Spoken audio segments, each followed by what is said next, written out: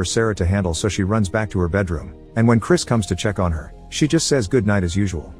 The following day, Sarah takes Chris to the doctor, who does not find anything wrong during the checkup. In private, Sarah explains Chris's behavior is changing, but the doctor is more concerned about Sarah's mental health and wonders if her scar was caused by Chris's dad instead of an accident.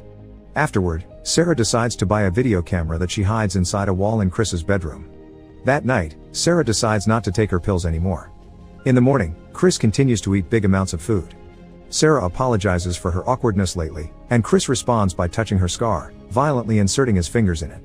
Thankfully, it turns out to be just a nightmare. In the afternoon, Sarah goes to see the talent show at Chris's school. His class is performing as a choir, and their chosen song speaks about a hole in a bog. Suddenly, the room becomes dark and everyone around them disappears. Sarah is left alone with Chris on the stage, who is now reciting the lyrics in an emotionless voice. Sarah runs away from the hall, but she cannot find an open door to leave the building too. Louise finds her and asks her what is wrong, to which Sarah responds Chris is not her son. Speaking of Chris, he arrives at that moment with his teacher, so Sarah runs away again. This time she does manage to leave the building and return home, where she retrieves the video camera to check the footage.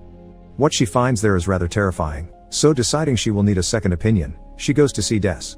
The man welcomes her to his house again and explains all the mirrors were hung by Noreen because only mirrors can reveal the truth, and she always wanted to be sure her husband was the real one. Sarah shows him the footage, saying whatever was wrong with Des' son is now happening to Chris too, but Des does not want to admit his son had a problem and throws the camera on the floor, breaking it.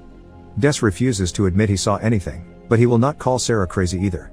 Sarah returns home to rescue the SD card from the camera, and Chris is already here waiting for her. He does not like being left alone, so Sarah explains she ran because she was not feeling well, which earns her a hug from her son. Later during dinner, it is revealed that Sarah has been putting the sedatives in Chris's food, and now